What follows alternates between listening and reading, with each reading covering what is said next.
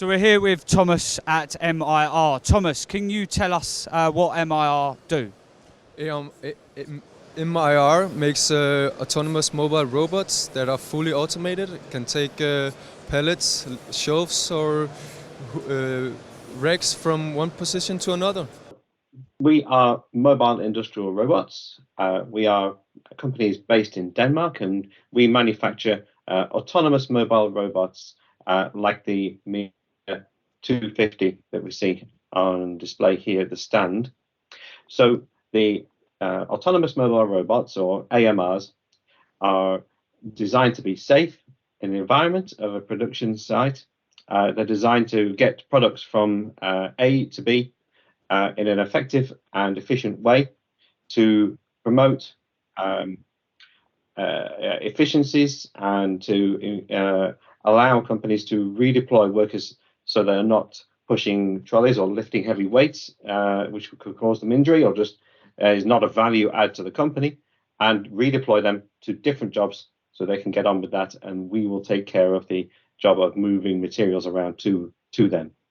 We provided 3 different products, or 3 different robots in 3 different sizes: the 250, the 600, and the 1350.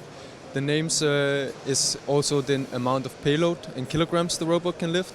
And then we have also our own software. If you have multiple robots, you can use a fleet where all the robots will know each other's position, and also they will be able to automatically go and charge itself. The main advantages is we do not need infrastructure to navigate. We don't need a line on the floor or any QR codes to get around or any reflectors. We just need the fixed infrastructure around us, like walls, pillars, machinery, things that are not going to move, and we will use that to navigate our way around. So it's very, very easy to set up, very low cost, ongoing costs. And if you want to make a change in the future, it's very, very simple to do that sort of thing as well.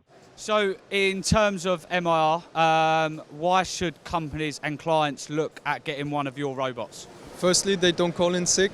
And secondly, it's very intuitive, it's easy to make missions, it's easy to map up your site and have the robot drive around. MIR is part of the solution that the customer would get. The customer would get the MIR and then put the top module on that suits them.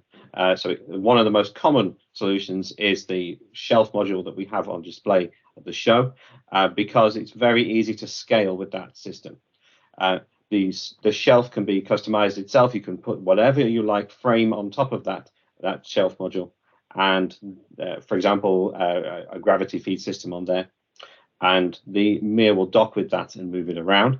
If you want another job to be done, then you get another cart, and that cart can do the same thing, or maybe it's something else.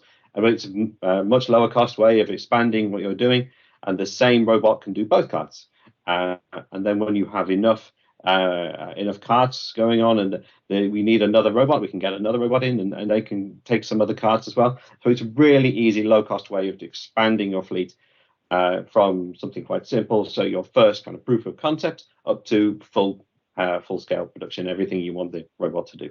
I understand that MIR has its own software as well, which is a very useful tool to have. So could you tell us a little bit more about that? Yes, it's very useful to have our software or our robots, because so we have 2 planners, for example, and we use a lot of components, both internal and external, to localize the robot, but also to see if there's any obstacles. So if you have a personal, it has some personal detection, and it will avoid driving into your personal. Okay. Shall we see it in action?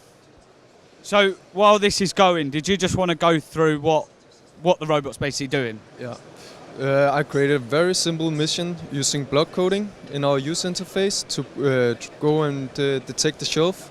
It knows the shelf should be located at this position, and then it will pick up the shelf and reverse and place it back.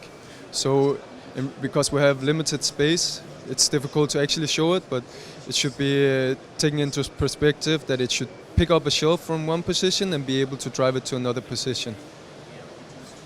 And obviously, if there's an obstacle in the way, it recognises that as well. It will recognize it if the obstacle is too close, if either the robot drives too fast or the obstacle moves too fast into the safety fields. It would automatically go into E-stop and cut all power to the robot.